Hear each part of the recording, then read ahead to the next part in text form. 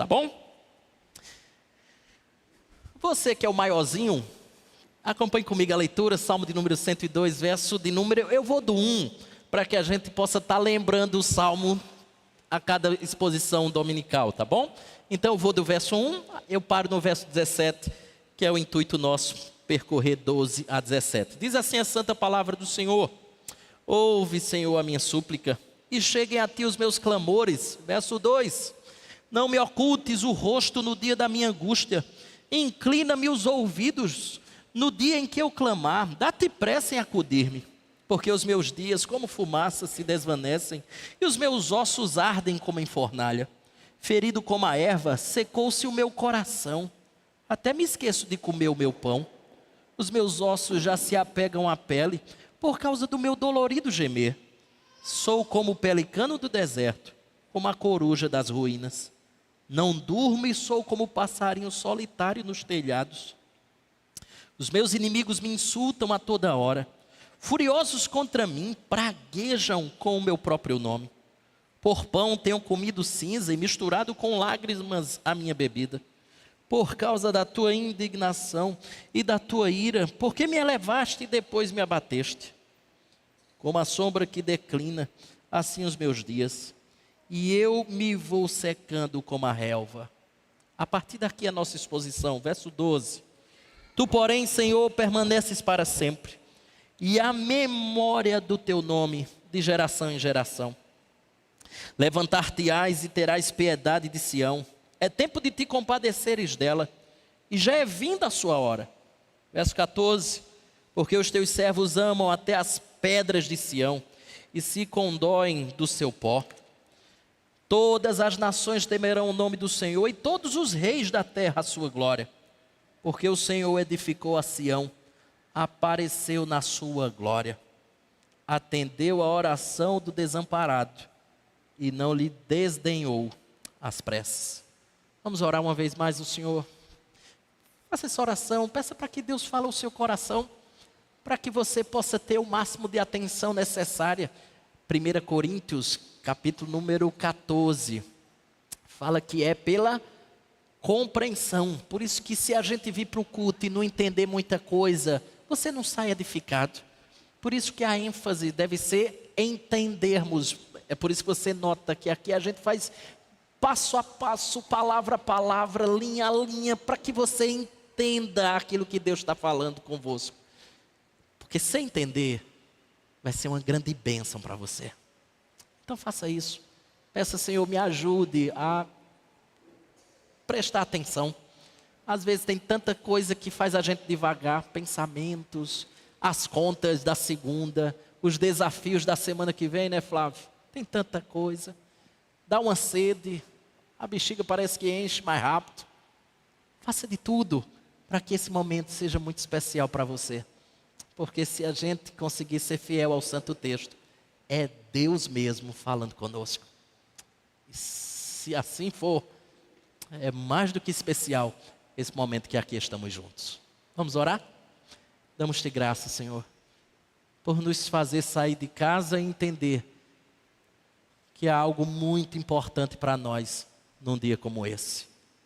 É cultuar-te, é adorar-te, é te render louvores como acabamos de fazer, contribuir com os recursos que o Senhor mesmo é quem nos dá, te agradecer pelas bênçãos do dia a dia, mas que a gente chama de ordinárias e as extraordinárias, que o Senhor nos dá uma vez ou outra, mas continuamente tem nos fornecido.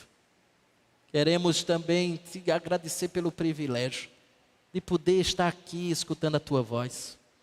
Dá, ó Deus, que sejamos atentos, porque tudo que a gente chama de edificação passa pela compreensão. Se nós não assimilarmos, não entendermos, não adianta, ou não seremos edificados. Esse não é o teu propósito quando reúne um povo num lugar como esse para culto a ti. Ao mesmo tempo, dá que sejamos fiéis ao teu santo texto. E por fim, te pedimos mais uma coisa: que o teu santo e doce Espírito possa aplicar a tua palavra nos nossos corações, fazendo com que aquilo que escutamos, aquilo que entendemos, possa esvair para um coração que impulsione todos os nossos membros à ação, à prática. Ajuda-nos nisso, pois tudo isso é uma obra do alto. Carecemos da tua ajuda. Para a glória e louvor do teu nome, assim te oramos, no nome de Jesus. Amém. Amém. Vamos lá, vamos passar a nossa primeira tarefa aí para a nossa turma. Presta atenção, Luquinhos, atenção, ó. Vocês vão desenhar um belo lugar. Qual é um lugar assim muito bonito que vocês já visitaram? Lugar bem bonito. Vamos lá, Augusto. A igreja, pode valer, tá valendo, hein? Qual é um lugar assim bem legal que vocês já visitaram? E aí, nesse lugar, vocês vão desenhar uma pessoa. Vocês estão escutando, né? Vão desenhar uma pessoa. Lembra que no fim da história a gente vai vir para cá para frente. Nós vamos conversar sobre os desenhos, sobre o que vocês entenderam. E depois a gente faz aquela foto bem legal. Combinado? Então, o que é para desenhar? Um belo lugar, com um rapaz ou uma pessoa. Eu vou já dizer um pouquinho mais. Ela está triste por conta de algumas coisas que estão acontecendo com ela. Ela está chorando. Ok? Então vocês vão desenhar uma pessoa triste, que está chorando, apesar do belo lugar que ela está. Combinado? Então vamos lá, eu quero caprichar desse desenho, tá bom? Você que fica, deve ter notado que o meu título de sermão, não sei se me faltou a criatividade, eu peguei o gancho aqui, mas entendo que nem tanto. Meu título de sermão, uma sombra, verso 11, que declina assim, os meus. Você está percebendo o tempo todo, ele está se referindo a ele, a minha dor, a minha angústia, a minha súplica, a minha oração. E aí ele vai falando sobre ele, só que agora chegou a hora de falar sobre Deus. É um pouco de mudar de olhar as estrelas. O que eu vou tentar dizer para você nessa noite, que não é nem eu que vai dizer isso, é a Escritura Sagrada, é dizer para você, é preciso olhar para o lugar certo. É preciso que você enxergue ou olhe para o lugar correto. Porque muitas vezes a gente está olhando para um monte de coisa, mas a gente não está olhando, Glauber, para o lugar certo. E eu entendo que Agostinho foi feliz demais nessa frase. Por quê? Porque dois prisioneiros se encontram na mesma realidade. A situação é a mesma, o contexto é o mesmo, a circunstância é idêntica e ambos enxergam coisas diferentes. Por quê? Porque um olhou para o lugar certo. O outro continuou, digamos, do verso 1 a 11. Continuou no verso 1 a 11. O outro olhou para o verso 12 a 17. Se não, veja, eu quero convidar você para ver a primeira coisa que o salmista disse, quando disse assim, tu, porém, Senhor. A primeira coisa que ele viu é isso aqui, ó. E eu acho que essa é uma das coisas elementares da fé cristã, que nós entendermos a realidade acerca do nosso Deus. Eu acredito que deu uma travadinha aí, se os irmãos puderem me dar uma força. Não foi. Então vai me ajudando aí, vai me ajudando aí. Essa daí, ó. És soberano. Tu, porém, Senhor, és soberano. Vá para o verso 12, enquanto eu passo aqui para o meu amigo. Verso 12 diz assim, ó. Tu, porém, Senhor, permaneces para sempre. E a memória do teu nome de geração em geração. Então, vamos lá.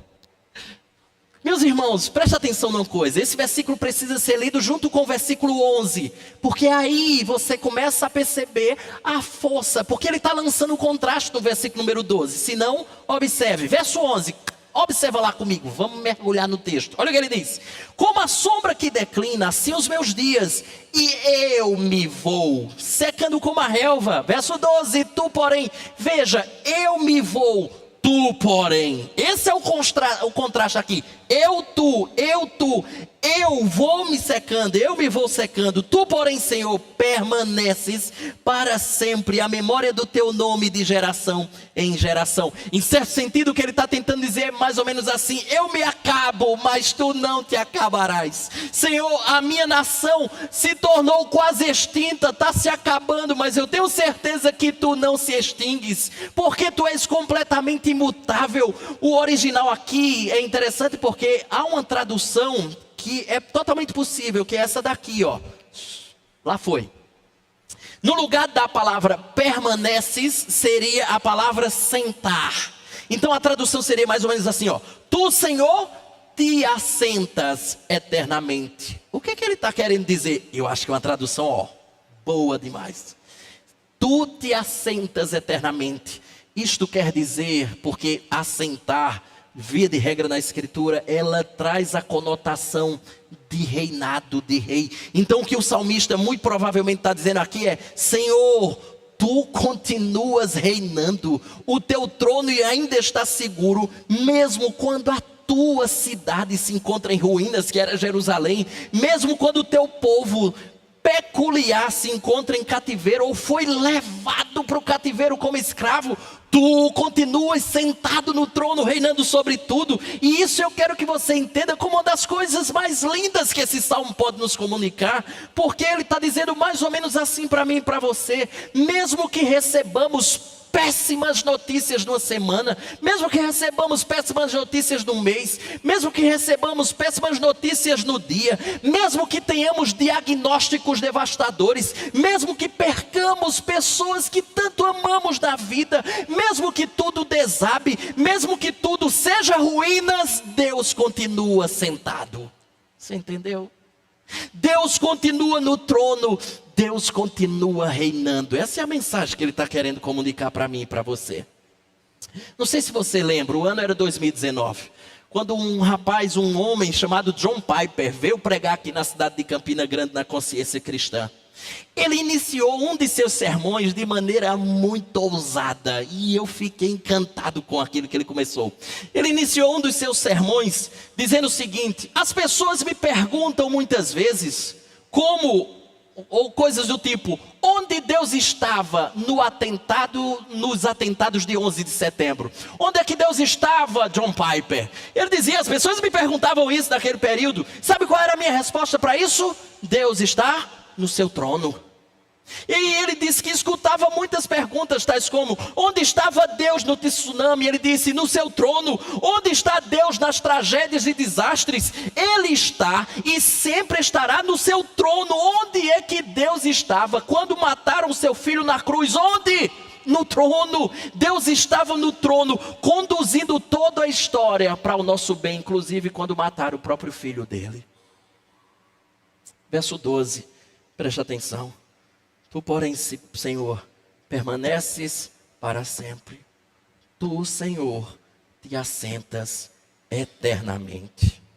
A soberania de Deus sobre todas as coisas é um motivo infalível para a nossa consolação em todos os dias da nossa vida. Escute e guarde isso no mais profundo do seu ser. Ele reina, Ele governa, a despeito do que quer que aconteça, e por isso tudo está no devido controle, embora que às vezes não pareça ser. Eu quero extrair a minha primeira lição com você nessa noite, e é dizer o seguinte: se você sabe escrever, criançada, anota a primeira lição da noite. Corre. A primeira lição é: Deus reina sobre tudo e todos, portanto, descanse o seu coração. Descanse seu coração. Às vezes a gente entra tão aflito, tão angustiado, quando as coisas fogem do nosso controle, quando as coisas parecem desandar, quando tudo parece ruir.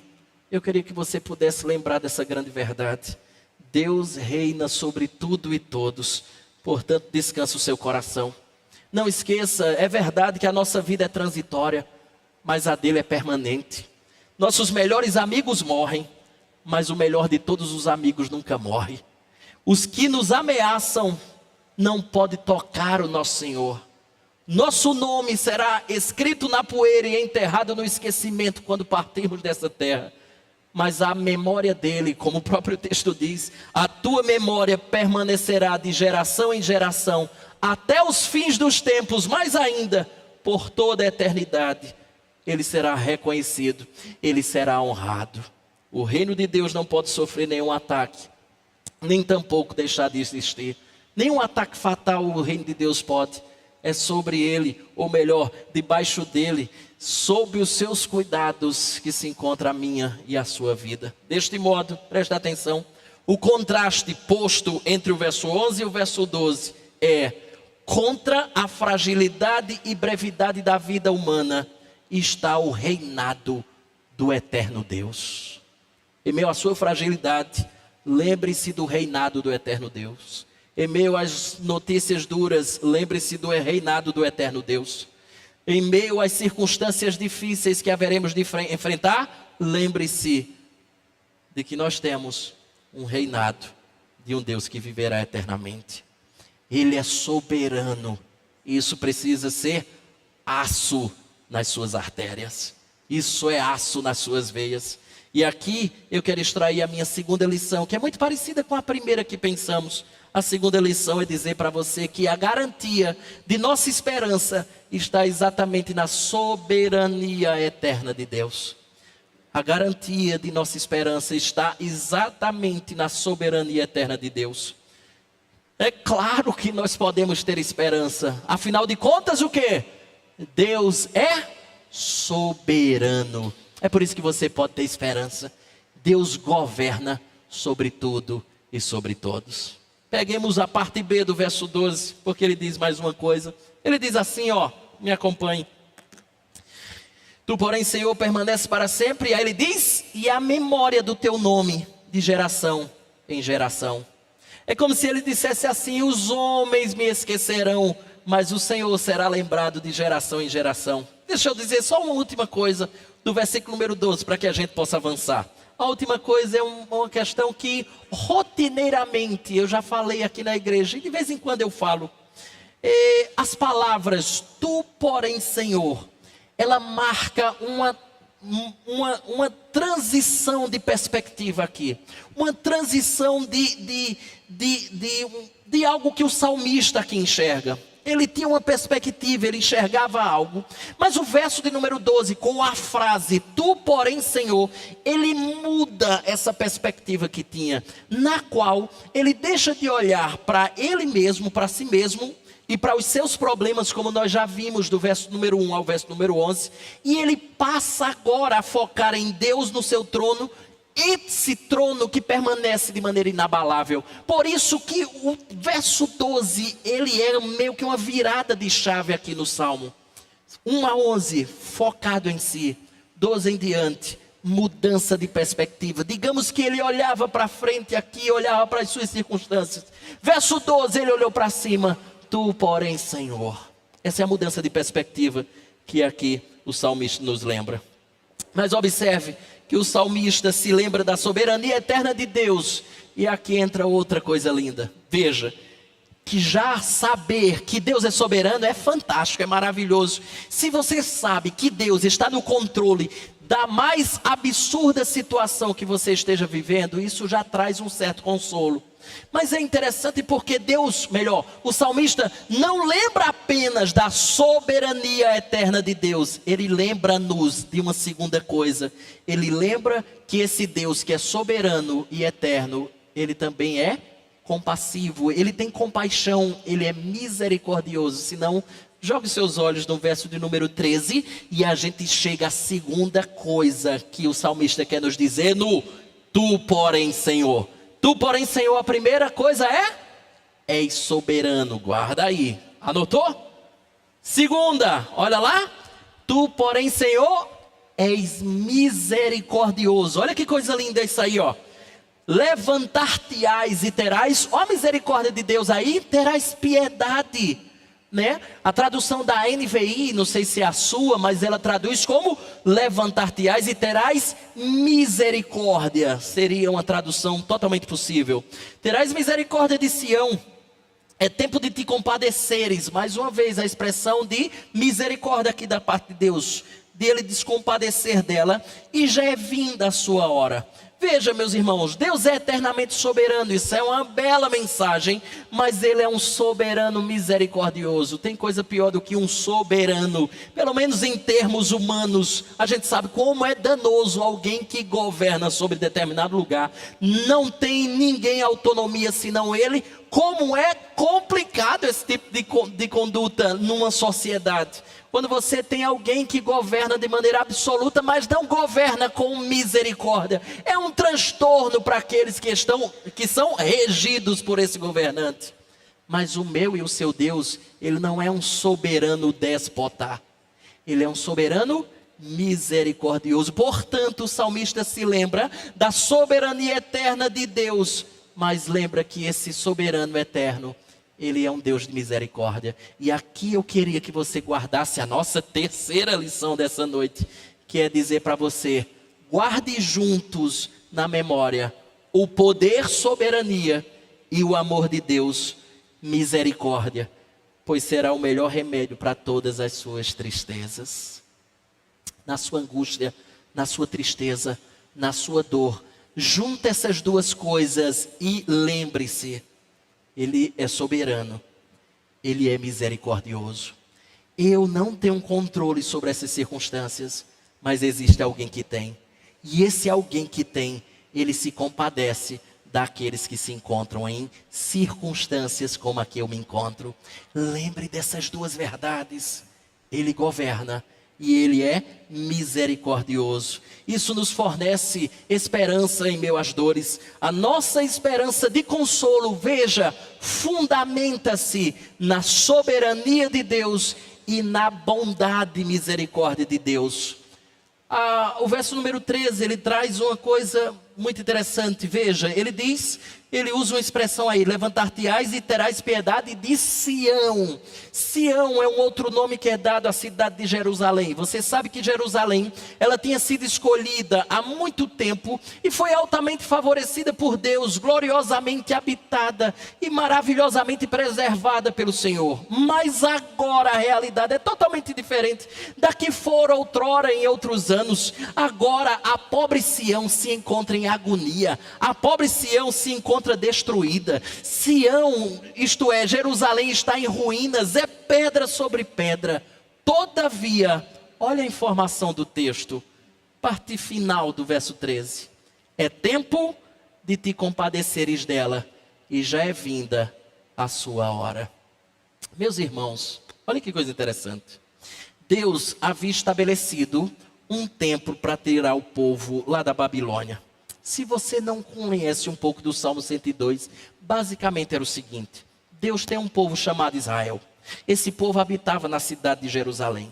Só que esse povo virou as costas para Deus, muito parecido com o que acontece nos dias de hoje. Não queria saber da lei de Deus. Deus estabelecia a sua lei, eles viravam as costas, não seguiam as orientações de Deus. Deus levantava homens para condenar os seus pecados, colocar o dedo na ferida, e eles não se arrependiam dos seus pecados. E Deus disse que quando eles agissem assim, Deus enviaria uma nação que pudesse disciplinar o seu povo. Pois foi exatamente isso que aconteceu. O povo não se arrependeu. Deus levantou os babilônicos para que pudessem invadir a nação de Israel.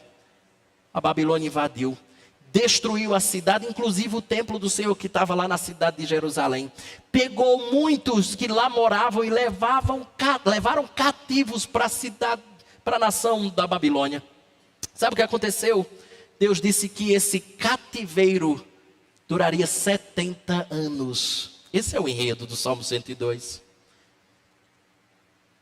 Pelo que o verso 13 está nos dizendo, ele está mostrando que Deus colocou um ponto final nesse cativeiro.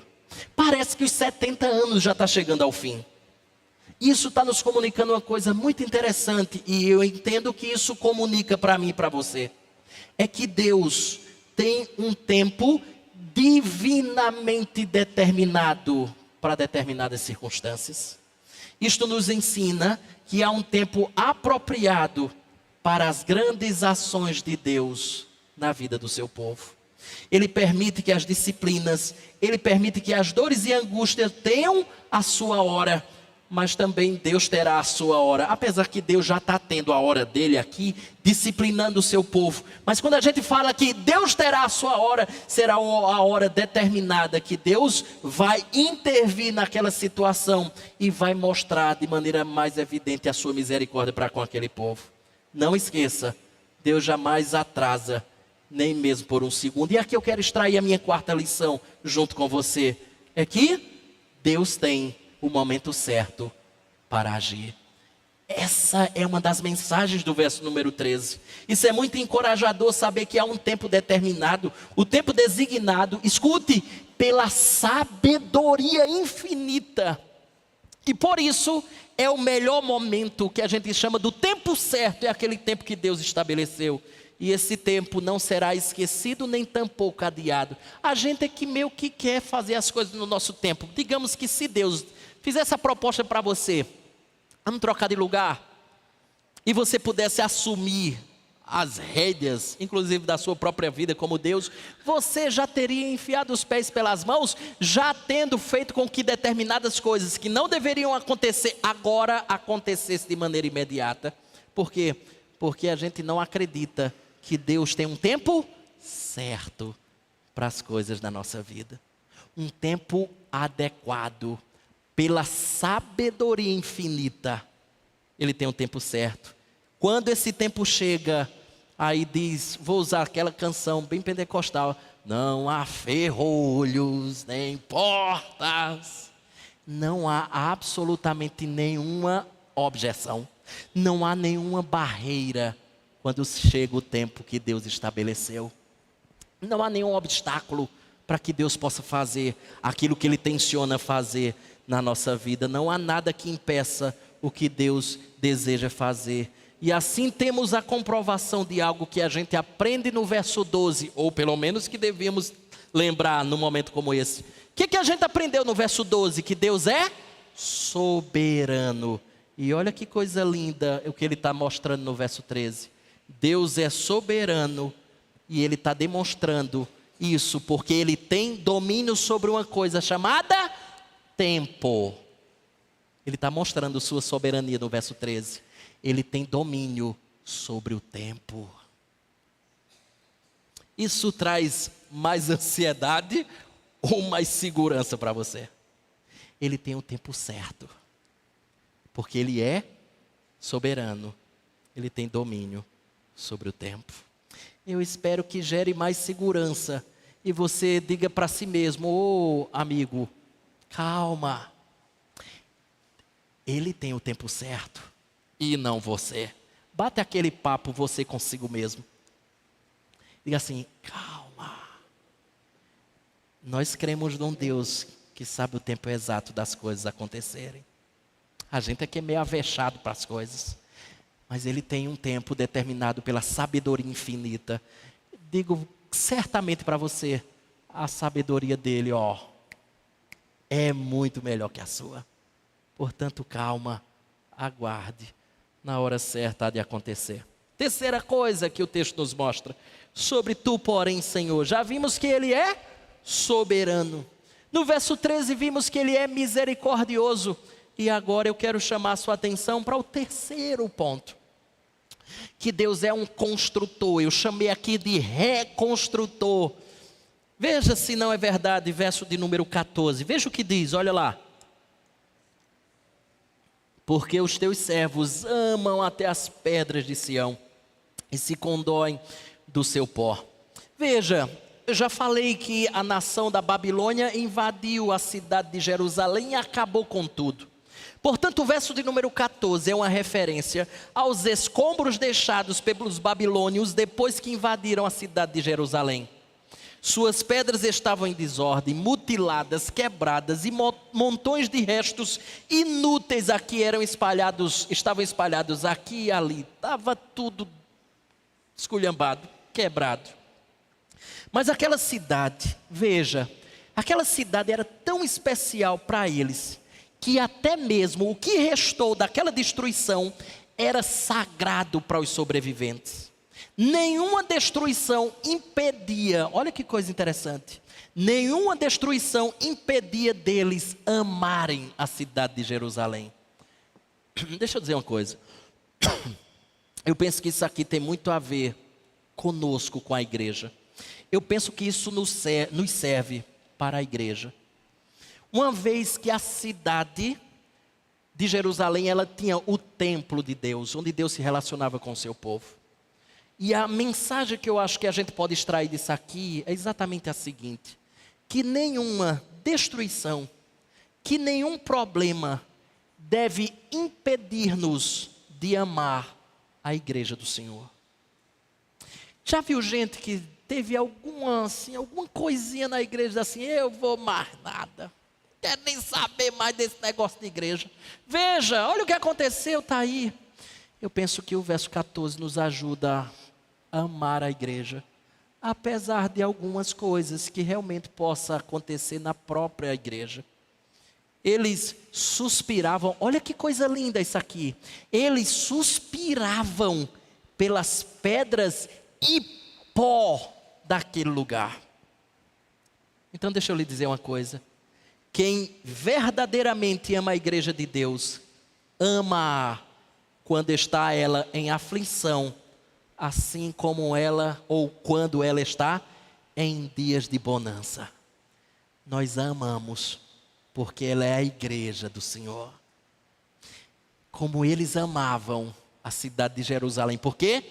Porque era a cidade do Senhor. Portanto, eu tenho uma próxima lição. Vamos, Luquinhas, Lelê, presta atenção. Quinta lição, qual é?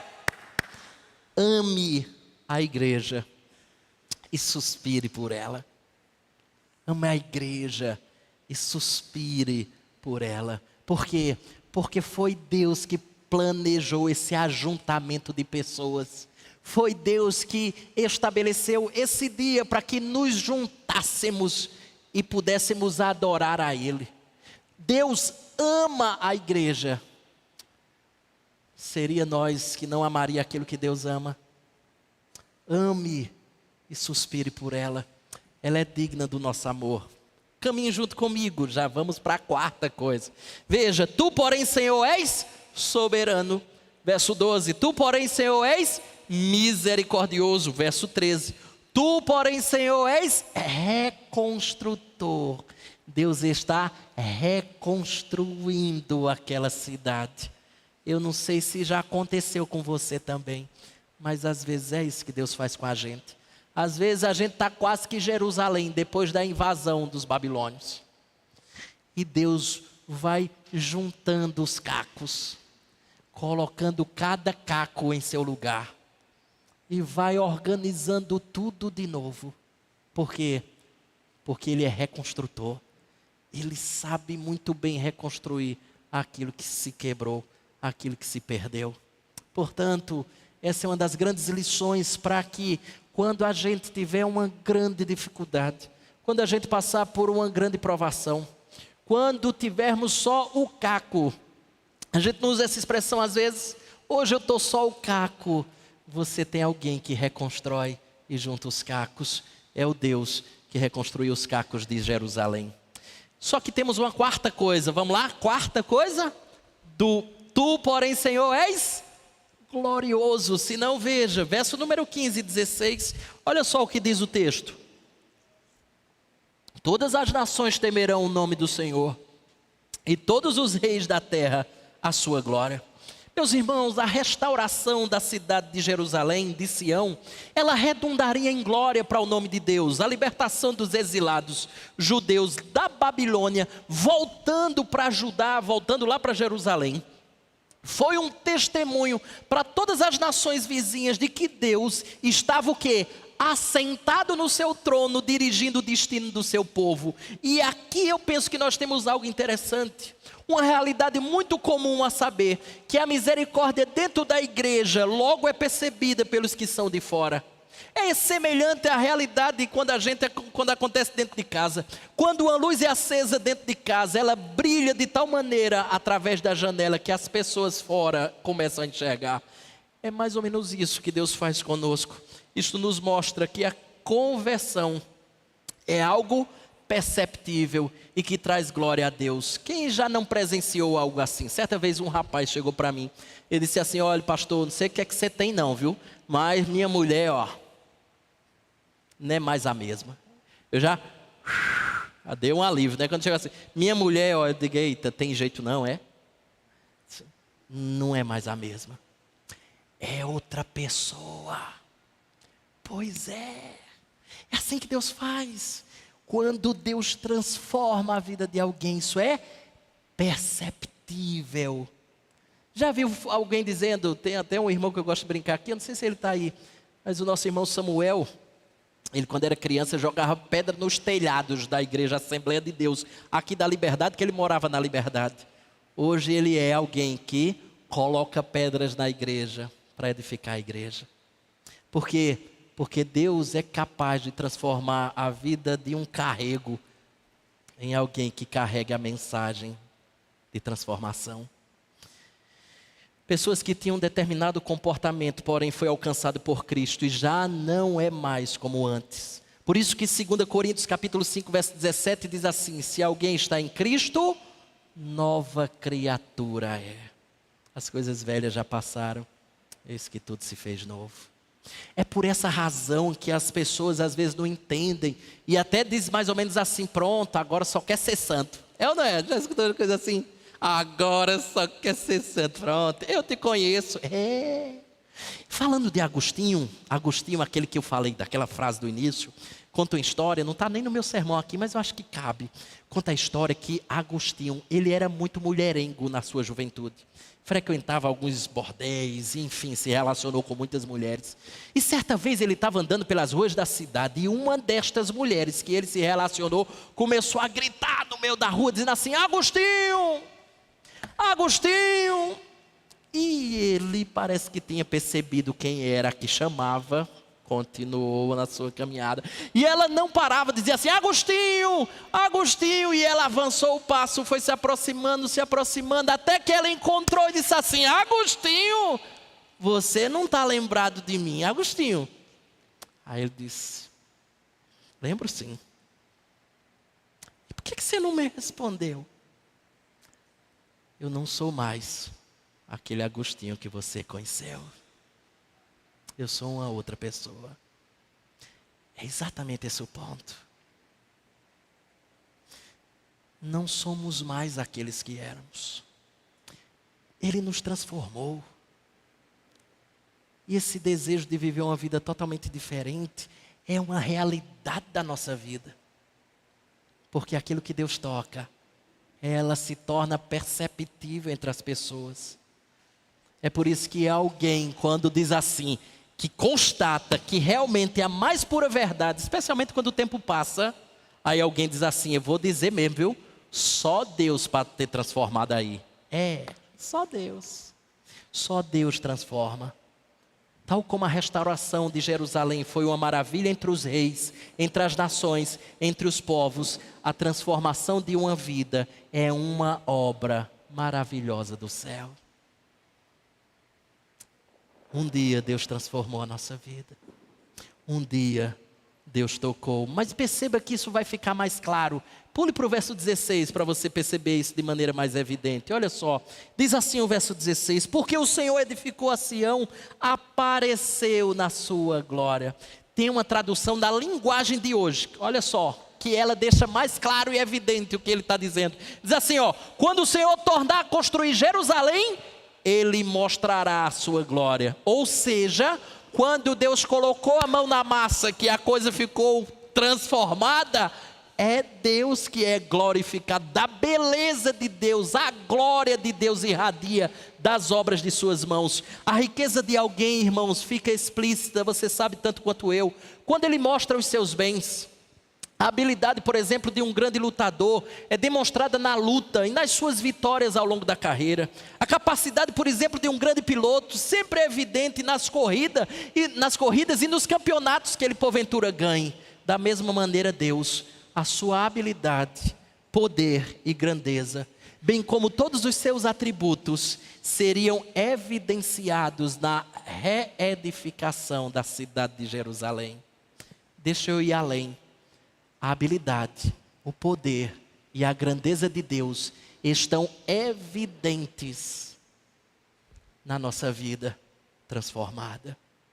Está claro que foi Deus na minha e na sua vida. Porque senão, não tinha a menor possibilidade disso acontecer. É assim que acontece conosco.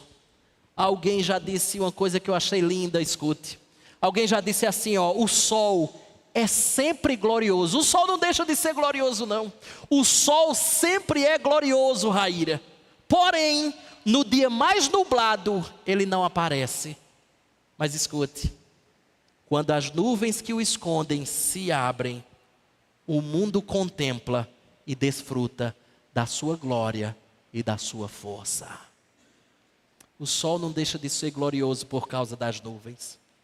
Essa glória só está um pouquinho obscura. Mas chega um dia que as nuvens se abrem e a gente desfruta da glória e da força. Escute, uma hora as nuvens densas hão de abrir e contemplaremos, assim como desfrutaremos da glória e da força do nosso Deus.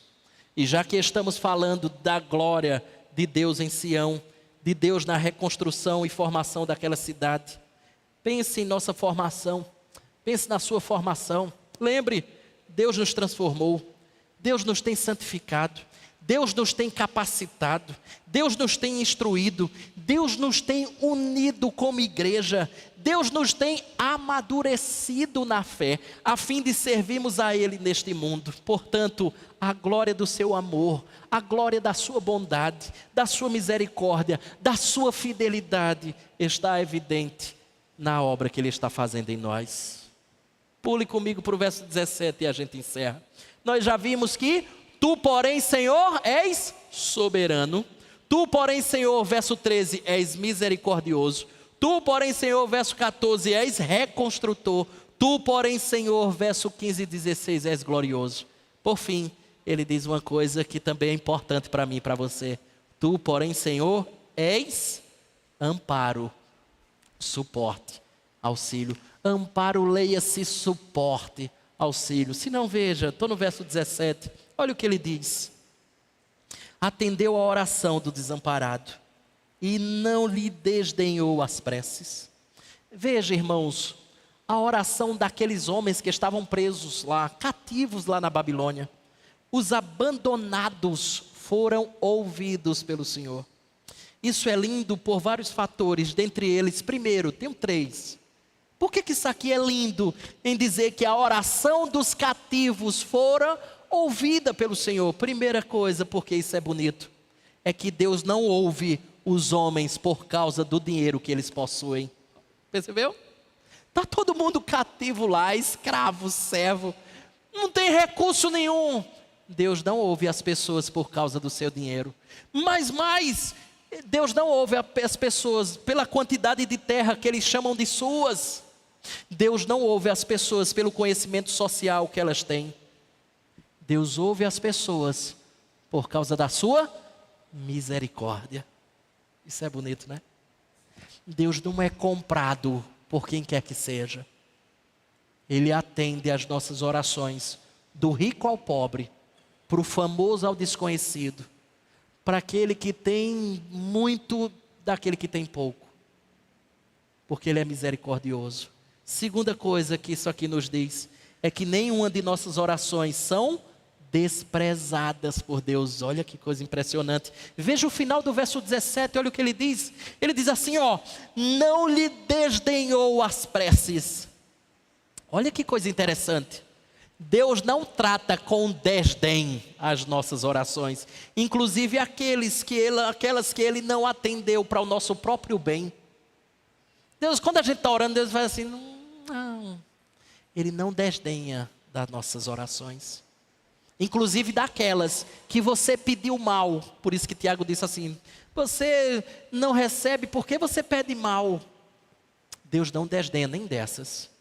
Tem uma frase de um famoso pugilista, você certamente conhece ele. Eu acho que ele foi na mosca, quando ele disse assim, Mike Tyson, Deus te pune, dando todas as coisas que você quer.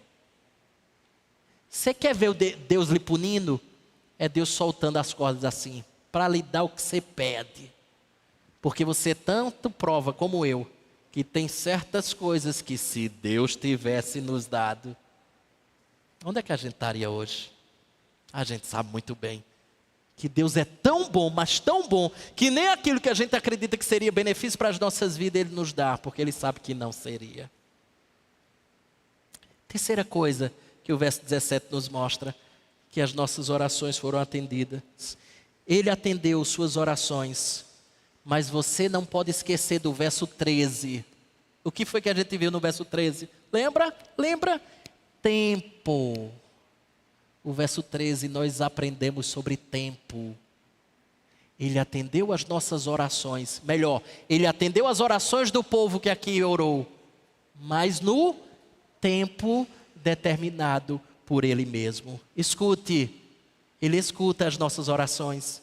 Ele atende as nossas orações, mas você não pode romper, rasgar, tirar o verso 13 daqui.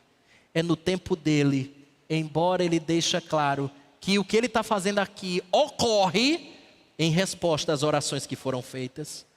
Mas presta atenção, o fato de saber que nossas orações não são desprezadas, mostra que a nossa oração mais antiga ainda pode ser atendida por Deus.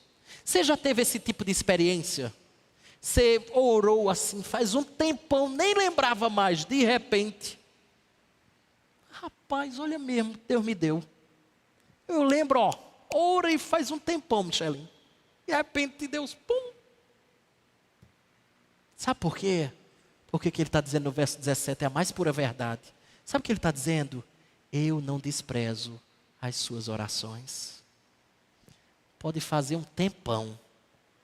Quando ele atende, é dizendo para mim e para você, eu não desprezo as orações que você faz. Ele nunca desprezou as nossas orações. E aqui eu queria que você aprendesse com a lição 6.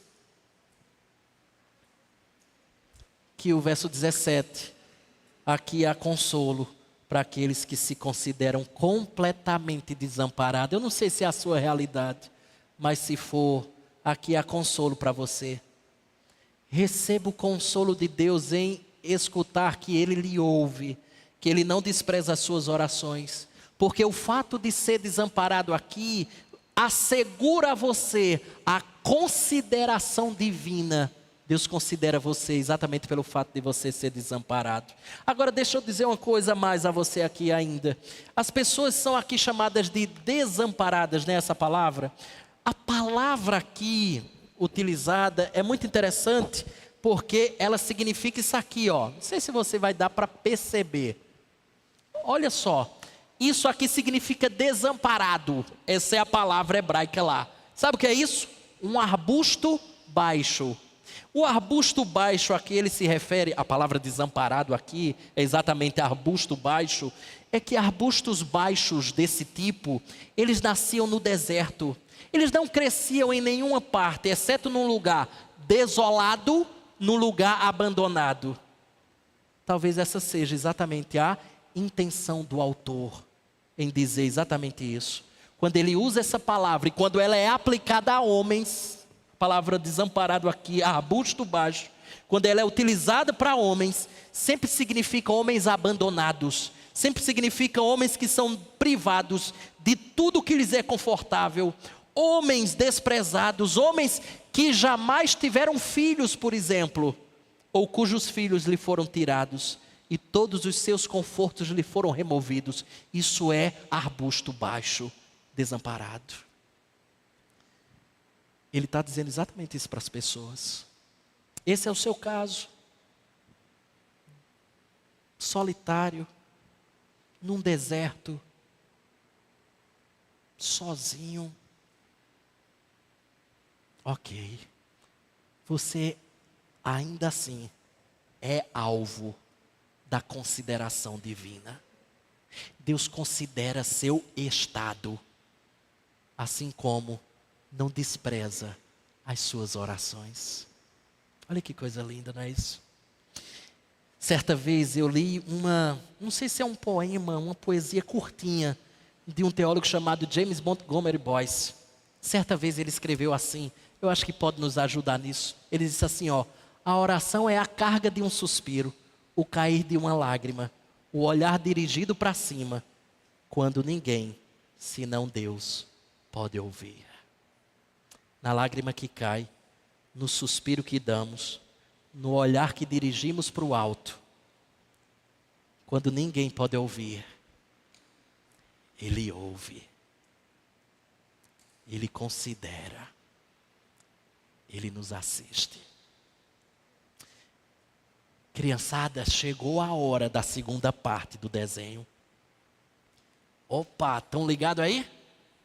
A segunda parte do desenho é que o homem triste, ele olha para cima. E agora chegou a hora de desenhar uma mão vindo de cima assim, para ajudar esse homem triste. Que agora, olhando para essa mão, fica feliz, porque está sendo ajudado por Deus. Vamos lá, concluir o nosso desenho aí. Concluo o nosso desenho. Eu quero concluir o meu sermão da noite, trazendo uma história que eu acho que muito nos ajuda a gente nisso.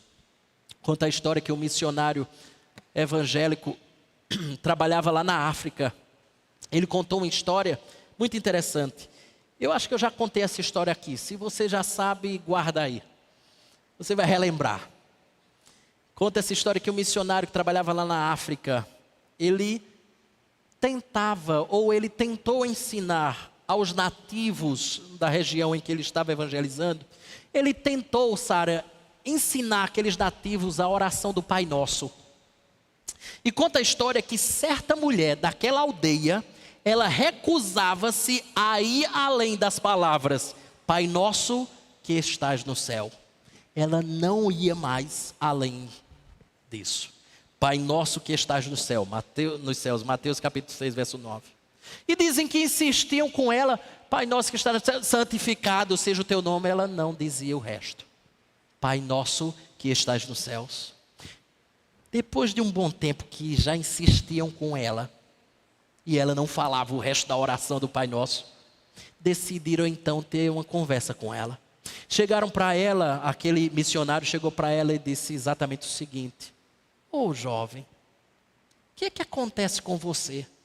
Que você, toda vez que vai fazer a oração do Pai Nosso conosco, você só diz Pai Nosso que está nos céus e não diz o resto da oração. Ela simplesmente disse uma resposta muito interessante. Eu espero que ela fique guardada no seu coração. Ela disse assim: se Deus é meu Pai, isso é tudo de quanto tenho necessidade de saber. Se Deus é meu Pai, não preciso saber de mais nada.